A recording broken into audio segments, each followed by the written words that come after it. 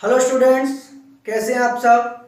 देखिए, last lecture में हमने बात की थी ठोसों के प्रकार, क्रिस्टलीय ठोस, अक्रिस्टलीय ठोस, क्रिस्टलीय ठोसों का वर्गीकरण यानी कि मॉलिक्यूलर सॉलिड, आयनिक सॉलिड, मेटालिक सॉलिड, कोवेलेंट और नेटवर्क सॉलिड, इनके बारे में हमने पढ़ाई की थी। एक नया टॉपिक आज लेके चलेंगे, क्रिस्टल जालक, एकक कोष्ठिका।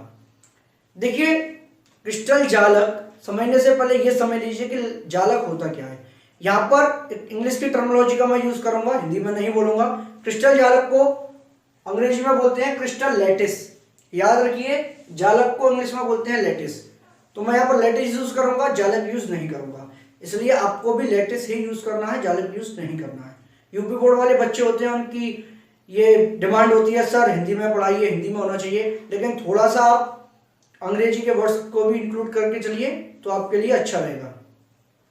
तो बेसिकली लैटिस होता क्या है ये समझ लीजिए। देखिए, जैसे मैंने यहाँ पर मेंशन किया है, regular arrangement of point with same surrounding. Regular arrangement of points, समझने वाली बात ये है, regular arrangement of point. Point से क्या मतलब है, क्या सॉलिड में पॉइंट्स का मतलब है, ये सब बात बाद में करेंगे, लेकिन पहले लैटिस समझ लीजिए। लैटिस होता क्या है। मैं क्रिस्टल लैटिस की बात नहीं कर रहा हूं, मैं केवल और केवल लैटिस की बात कर रहा हूं। लैटिस क्या होता है? Lattice is a regular arrangement of point. Points का रेगुलर अरेंजमेंट जो होगा वो लैटिस कहलाता है। इतनी बात क्लियर है? ठीक है। With same surrounding. Same surrounding का क्या मतलब है? मान लीजिए ये पॉइंट है, इन पॉइंट्स के साथ दूसरा पॉइंट ये रहा, इस तरह से पॉइंट्स की रिपीटिंग यूनिट है। क्लियर? कह रहे हैं regular arrangement of points. Points का रेगुलर अरेंजमेंट है, इर्रेगुलर नहीं है। जहां से भी आप देखोगे सब रेगुलर दिखाई दे रहा है आपको, इर्रेगुलर नहीं है। तो regular arrangement of points with same surrounding. इस पॉइंट्स को देखिए, इस पॉइंट की सराउंडिंग को देख लीजिए, सेम सराउंडिंग है। तो किसी भी पॉइंट्स की सराउंडिंग यदि सेम हो, यानी कि regular arrangement of points with same surrounding, points का रेगुलर अरेंजमेंट होगा तो वो कहलाता है लैटिस। क्लियर? इसके बाद आते हैं क्रिस्टल लैटिस पर। क्रिस्टल लैटिस होता क्या है? देखिए, समझिए, जो ठोस होते हैं, क्योंकि अब हम यहां पर पढ़ेंगे क्रिस्टलीय ठोस। तो क्रिस्टलीय ठोसों का जो बनना स्टार्ट होता है क्रिस्टल जालक से। क्रिस्टल जालक क्या होता है? क्रिस्टल जालक ठोसों की एक यूनिट होती है, यानी कि क्रिस्टल जालक मिलाकर किसका निर्माण करते हैं? ठोसों का, क्रिस्टलीय ठोसों का निर्माण करते हैं। इस बात को मैं ये भी कह सकता हूं कि क्रिस्टलीय ठोसों की जो स्ट्रक्चर होती है वही कैसी होती है? क्रिस्टल जालकीय होती है। क्रिस्टल जालक के रूप में क्रिस्टलीय ठोसों की स्ट्रक्चर होती है। क्या होता है क्रिस्टल जालक? क्रिस्टल जालक ठोसों का एक स्ट्रक्चर होता है। आई बात समझ में नहीं आई? क्रिस्टल जालक से सीधी सीधी स्ट्रेट फॉरवर्ड, क्रिस्टल जालक क्या होता है? क्रिस्टल जालक से ही क्रिस्टलीय ठोस का निर्माण होता है, बस।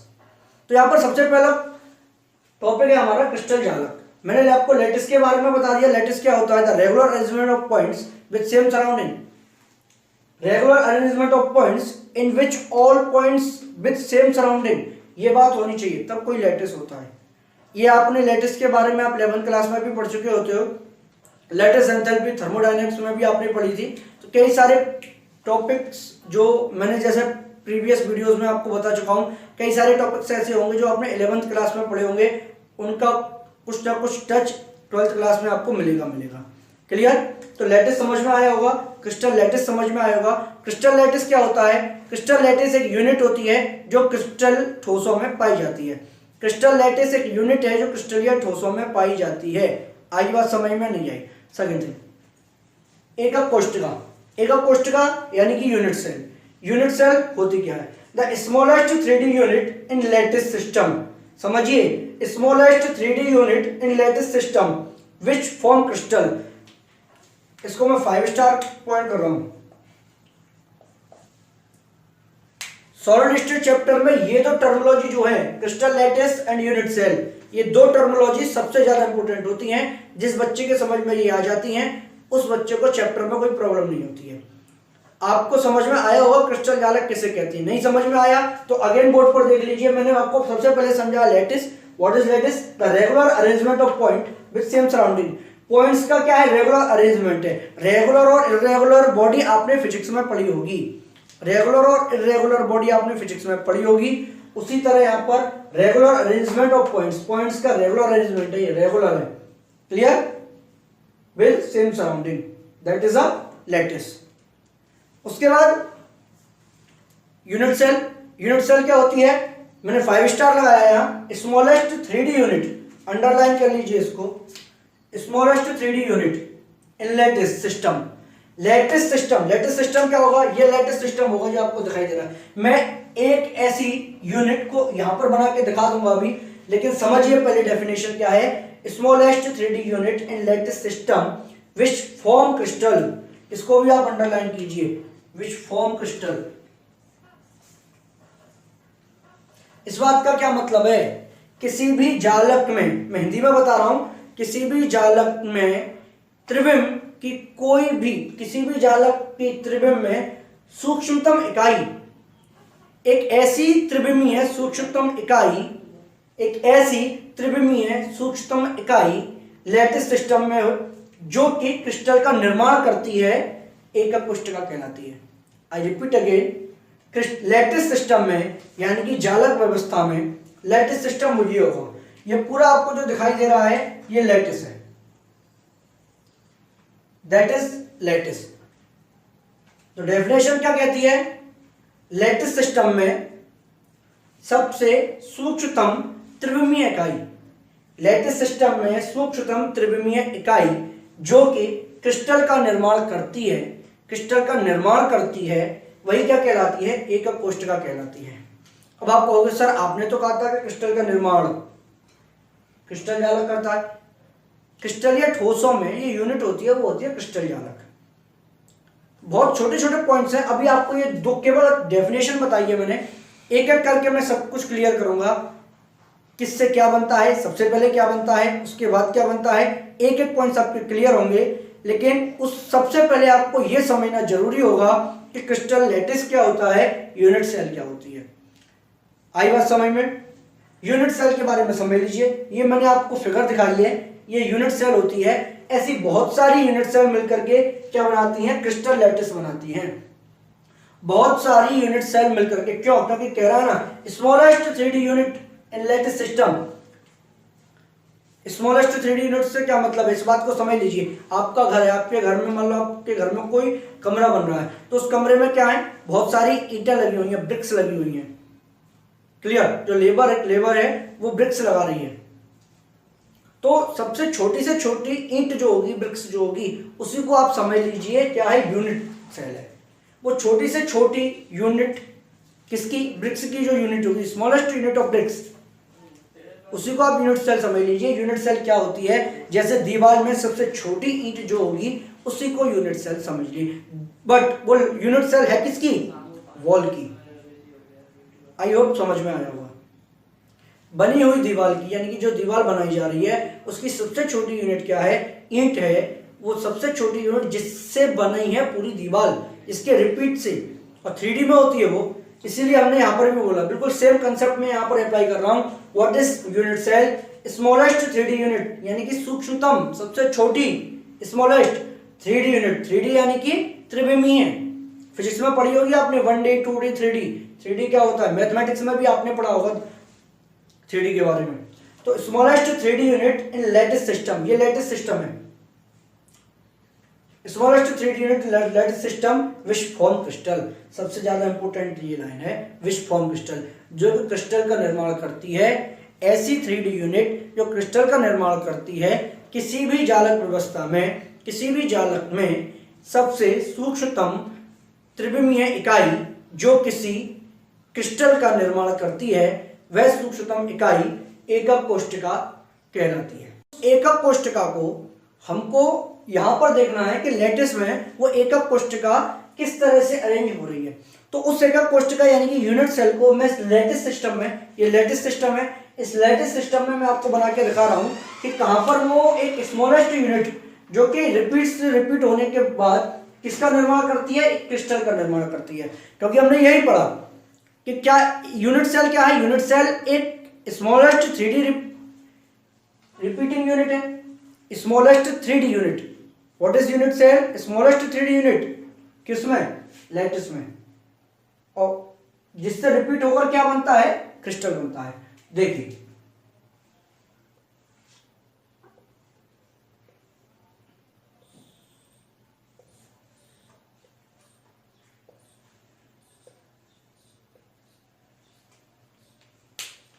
ये आपको एक यूनिट सेल मैंने बना के दिखाई, ये पूरा लैटिस सिस्टम था। क्लियर, ये पॉइंट्स थे जिनको लैटिस पॉइंट बोलते हैं। ये आपको जो पॉइंट्स दिखाई दे रहे हैं इनको लैटिस पॉइंट बोलते हैं। लैटिस पॉइंट हिंदी में बोला जाता है जालक बिंदु।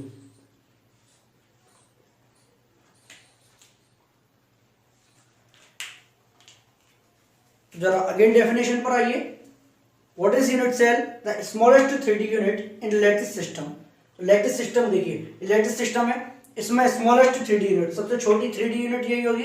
Smallest 3D unit in lattice system which form crystal, ये क्रिस्टल का निर्माण करती है। ऐसी कई सारी इसमें यूनिट सेल बन जाएंगी। ये नहीं कि एक ही यूनिट सेल बनेगी, इस तरह से कई सारी यूनिट सेल का फॉर्मेशन होता है।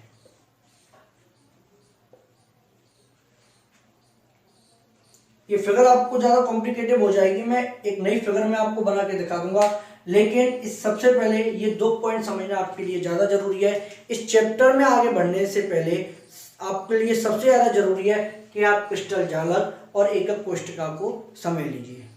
क्रिस्टल लैटिस क्या होता है? क्रिस्टल लैटिस एक ऐसा पॉइंट है या एक ऐसी यूनिट है जिससे मिलकर कोई क्रिस्टल बना हुआ होता है। लैटिस क्या होता है? लैटिस के बारे में मैंने आपको बता दिया, regular arrangement of points which form which with same surrounding. Regular arrangement of point with same surrounding is known as the lattice. और क्रिस्टल लैटिस क्या होता है? किसी भी क्रिस्टल यानी कि कोई भी क्रिस्टल या ठोस बनाने के लिए जो यूनिट की जरूरत होती है दैट इज अ क्रिस्टल जालक। आई बात समझ में? एक चीज एकक कोष्ठिका क्या होती है? What is smallest 3D unit in lattice system which form crystal. Crystal का निर्माण जो करती है वो एकक कोष्ठिका कहलाती है। देखिए ज्यादा कंफ्यूज मत होइए, स्ट्रेट फॉरवर्ड एक बात समझ लीजिए। यूनिट सेल क्रिस्टल जालक का निर्माण करती है। देखिए एक यूनिट सेल मैंने आपको यहाँ पर दिखाई थी, उसके बगल में दूसरी यूनिट सेल दिखा दी, इसके बाद एक यूनिट सेल यहां पर भी बन जाएगी इस तरीके से।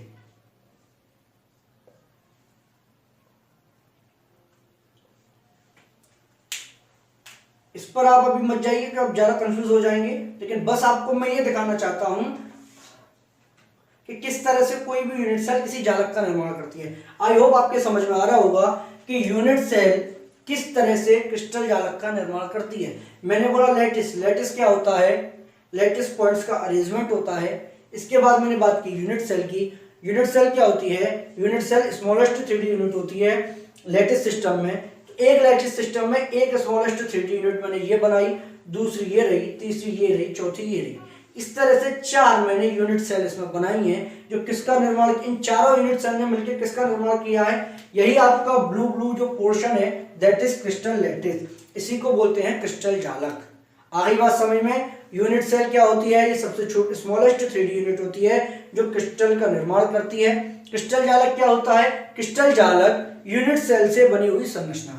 देखिए यूनिट सेल से बनी हुई संरचना होती है, यही क्रिस्टल जालक कहलाती है। क्लियर? समझने का प्रयास कर लीजिए कि यूनिट सेल किस तरीके से किसी भी क्रिस्टल जालक का निर्माण करती है। अभी तक मैंने आपको पहले वाली फिगर में बता दिया था कि कैसे यूनिट सेल किसी भी लैटिस सिस्टम में क्रिस्टल लैटिस का निर्माण करती है, क्योंकि आपने पढ़ा ही था smallest 3D unit in lattice system which form crystal. तो ये यूनिट सेल है। क्लियर? तो ऐसी कई सारी यूनिट सेल मिलकर के किसी एक क्रिस्टल लैटिस का निर्माण करती है। समझिए, ऐसी कई सारी यूनिट सेल मिलकर के क्रिस्टल लैटिस का निर्माण करती हैं। सर ये क्या है? ये पॉइंट्स जो दिखाई दे रहे हैं ये पॉइंट्स क्या हैं? ये अभी आपको सब बताऊंगा कि क्रिस्टल लैटिस है तो क्रिस्टल लैटिस में पॉइंट्स का क्या मतलब है। अभी केवल आपको क्रिस्टल लैटिस और यूनिट सेल के बारे में समझना है। क्लियर? तो देखिए अब ये यूनिट सेल है, इस यूनिट सेल के साथ एक और यूनिट सेल जुड़ेगी यहां पर।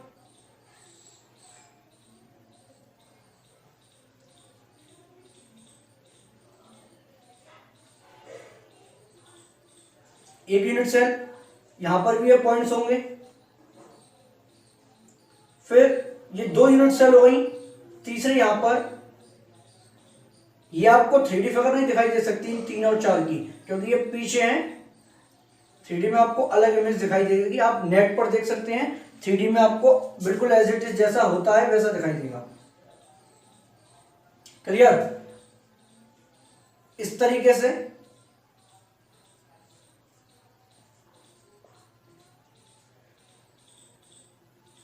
ये देखिए, एक यूनिट सेल ये थी, इस यूनिट सेल की दूसरी यूनिट सेल ये रही। अगर अब मैं आपको सर्कल करके दिखाऊं तो दूसरी यूनिट सेल ये रही,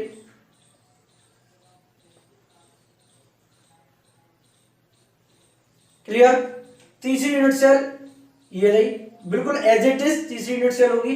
इसी के पीछे एज इट इज चौथी यूनिट सेल होगी। ये रहे इसके पॉइंट्स।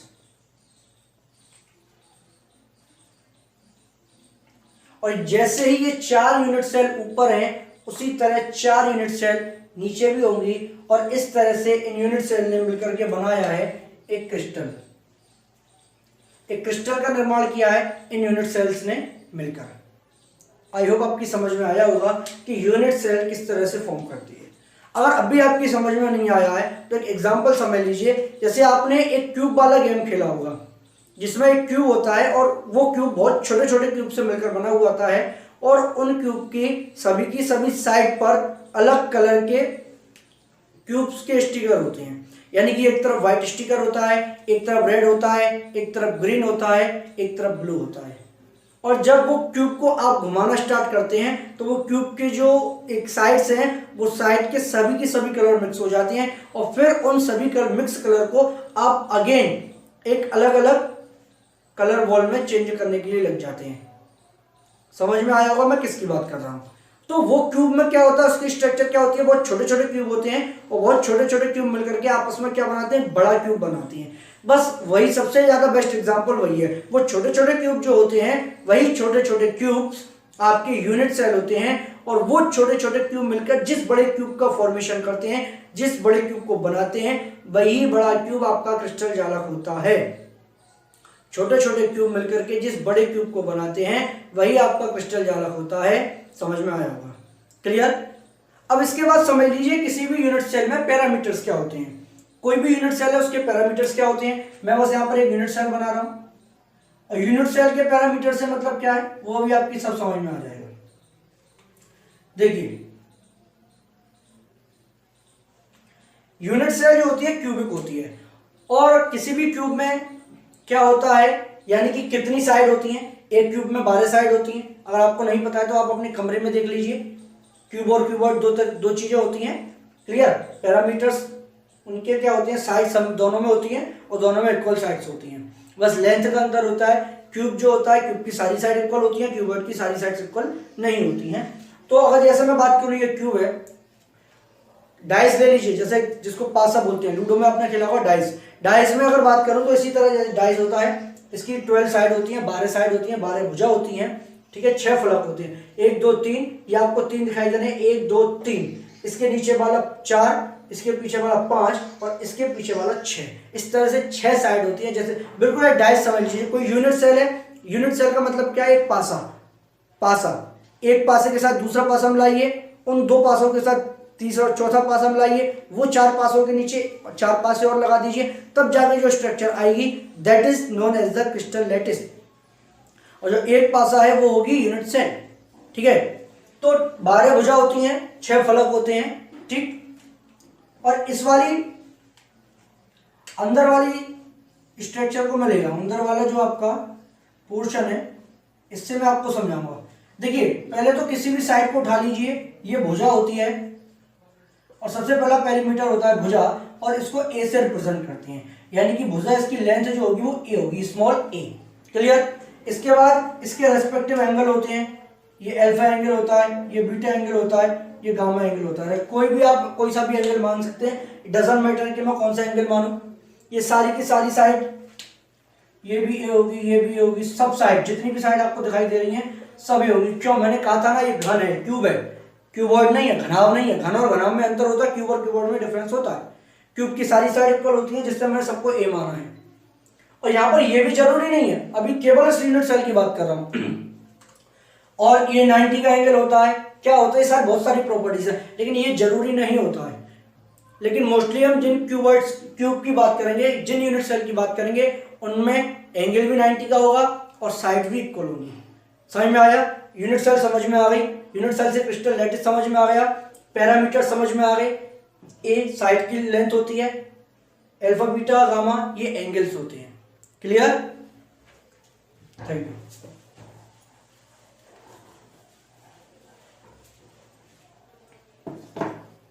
अब हम बात करेंगे टाइप्स ऑफ यूनिट सेल, एकक कोष्ठकों के प्रकार।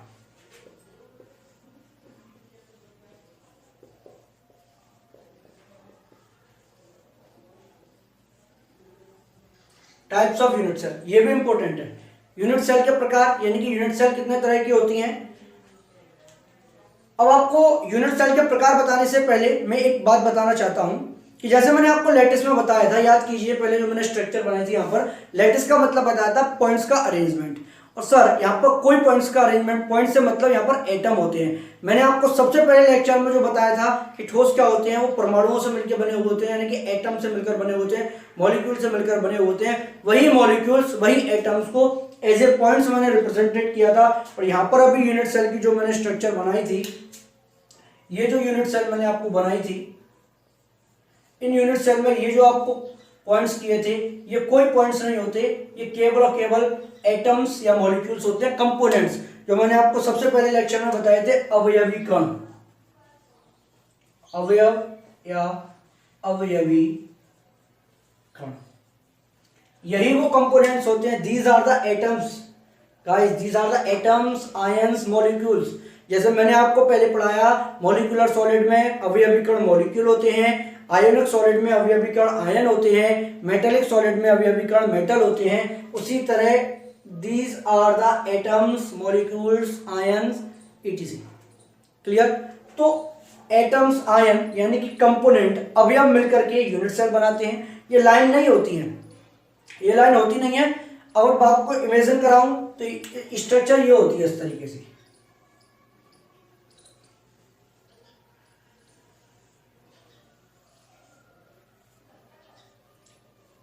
इस तरह से इमेजिन कर लीजिए।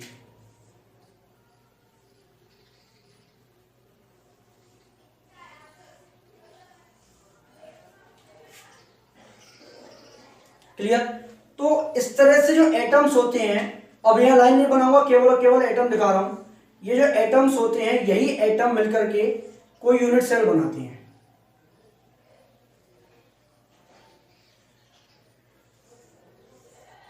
इस तरीके से आपको एक केवल, मेरे पास 2D ये बोर्ड है, 3D नहीं है, इसलिए आपको फिगर इतनी सफाई से समझ में नहीं आ रही है। केवल आप 4 सर्कल देखिए आगे के 4 सर्कल आप देख लेंगे।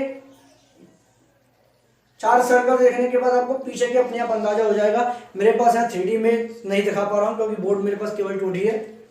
तो ये जो पॉइंट्स हैं मेरे पास, ये एटम्स होते हैं। ये एटम्स मिलकर के, ये आपको बहुत छोटे छोटे दिखाई दिए हैं।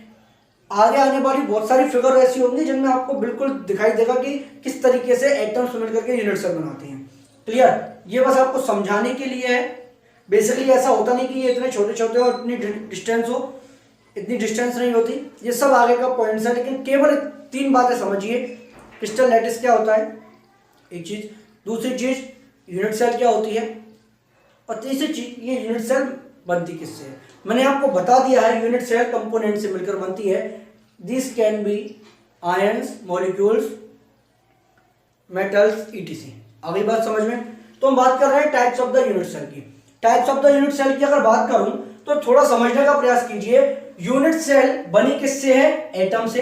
तो एटम को जितने तरीके से मैं लगा सकता हूं, एटम्स को जितने तरीके से लगा सकता हूं, उतने ही तरीके की यूनिट सेल बन सकती हैं। क्लियर? समझिए। तो यूनिट सेल 2 तरह की होती हैं। देखिए, समझने की कोशिश कीजिए। यूनिट सेल बनती कैसे हैं? हम एटम्स को अरेंज करते हैं, एटम के अरेंजमेंट से कोई भी यूनिट सेल बनती है।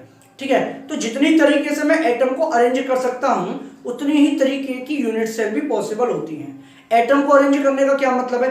एटम को 2 तरीके से अरेंज किया जाता है। या तो हम एटम को, देखिए इमेजिनेशन की बात है केवल, सपोज दैट कोई आपके पास क्यूब है, घन है, और उसके हर एक कोने पर आपने एटम लगा दिया है। ठीक है? तो इसी कंसेप्ट को उठाते हुए मैं बात करता हूं टाइप्स ऑफ यूनिट सेल। और यूनिट सेल दो तरह की होती है, सिंपल यूनिट सेल और सेंटर्ड यूनिट सेल। सबसे पहले बात करता हूं सिंपल यूनिट सेल के बारे में। सिंपल यूनिट सेल वो यूनिट सेल होती है जहां अवयवी कण यूनिट सेल के कोनों पर स्थित हो। समझिए प्लीज, हिंदी में उसको बोलते हैं सरल एकक कोशिका, और सरल एकक कोशिका यानी कि सिंपल यूनिट सेल वो यूनिट सेल होती है जहां पर आपके अवयवी कण यानी कि जिनसे मिलकर पूरी यूनिट सेल बनी है वो केवल और केवल कहां पर हो, कोनों पर हो। यदि आपके एटम्स, मॉलिक्यूल, आयंस कोनों पर स्थित हो, केवल और केवल कोनों पर स्थित हो, तो ऐसी एकक कोशिका को सरल एकक कोशिका कहते हैं, सिंपल यूनिट सेल कहते हैं। फॉर एग्जांपल दिस फिगर, देखिए इस फिगर में क्या है, यूनिट सेल, ये यूनिट सेल है और इसमें केवल जो आपके अवयवी कण यानी कि कंपोनेंट्स, एटम्स, मॉलिक्यूल, आयंस, जो मैंने ब्लैक डॉट से हाईलाइट किए हैं, ये सभी की सभी एटम्स, मॉलिक्यूल, आयंस, कंपोनेंट्स कहां पर है, केवल और केवल कॉर्नर पर है। 8 कॉर्नर है, 8 कॉर्नर के साथ साथ 8 कंपोनेंट है गाइस, समझ लीजिए। इस तरह की यूनिट सेल जो कि केवल और केवल कोनों पर लगे हुए एटम से मिलकर बनी हुई होती है, ऐसी यूनिट सेल की कही जाती है सिंपल यूनिट सेल, सरल एकक कोशिका। आई होप समझ में आया होगा। Second thing, centred unit cell, केंद्रित एकक कोशिका। सेंटर्ड यूनिट सेल का कंसेप्ट कहां से जनरेट हुआ ये और समझ लीजिए। देखिए सबसे पहले हमने पढ़ा था कि यूनिट सेल में अगर कोनों पर स्थित हो परमाणु तो सिंपल यूनिट सेल होती है। अगर कोनों के साथ साथ मैं यहां पर सेंटर में लगा दूं, आई बात समझ में, यदि कोने के साथ साथ मैं सेंटर पर लगा दूं, कोई भी एटम को सेंटर पर लगा दूं, अब सेंटर पर कितनी तरीके से लग सकता है, यदि एटम सेंटर पर जितने तरीके से लग सकता है उतने तरह की यूनिट सेल पॉसिबल हैं। सपोज दैट आप रूम में हैं और रूम के 4 कोने हैं, चारों कोनों पर आपने एक एक डॉट लगा दिया, उसी तरह नीचे फर्श पर 4 कोने हैं, चारों कोनों पर आपने डॉट लगा दिया, तो ऐसी unit cell simple unit cell होगी। इसके अलावा सेंटर की बात करूं तो कमरे का सेंटर होगा बीच में कहीं, मैं किसी दीवार के सेंटर की बात नहीं कर रहा, बीच में कहीं सेंटर लाई करता होगा। वो सेंटर कैसे पता किया जाता है, ये कंसेप्ट है थोड़ा सा। हर एक कोने को मिला दीजिए, डायगोनल खींच दीजिए, जैसे आपने मैथमेटिक्स में पढ़ा होगा, ये वर्ग होता है, वर्ग के विकर्ण खींच दीजिए, और जिस पॉइंट पर वर्ग के विकर्ण एक दूसरे को छेदित करते हो यानी कि एक दूसरे को क्रॉस करते हो, उसी तरह किसी भी बॉडी का सेंटर निकाला जाता है। यदि आपको रूम का सेंटर निकालना है तो रूम का सेंटर निकालने के लिए जितने भी कोने हैं सब कोनों को मिला दीजिए, बीच में एक ऐसा पॉइंट होगा जहां पर सारे के सारे लाइन एक दूसरे को कट कर रही होंगी, वो जो पॉइंट होगा वो होगा सेंटर। उसी तरह यदि ये यूनिट सेल है, इसके सभी कोनों को आपस में मिलाऊं लाइक दैट, इस कोने को इससे, इसको इससे, इस वाले कोने को इससे और इस अंदर वाले कोने को इससे मिलाऊं, देखिए ये डॉट है मेरे पास, ये एटम्स हैं,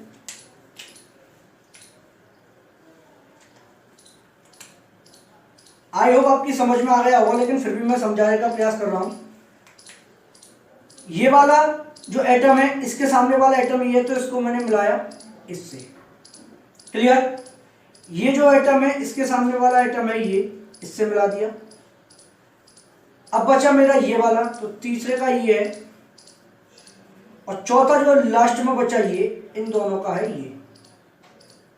तो ये सारे के सारे पॉइंट यानी कि सारे के सारे डायगोनल जिस पॉइंट पर बीच में कट कर रहे होंगे, जिस पॉइंट पर लाई कर रहे होंगे, वही पॉइंट क्या होगा, इस पूरे के पूरे बॉडी का सेंटर होगा जो कहीं बीच में लाई कर रहा होगा। ये रूम का ही कंसेप्ट मैंने आपको बताया। उसी तरह यदि आपका अवयवी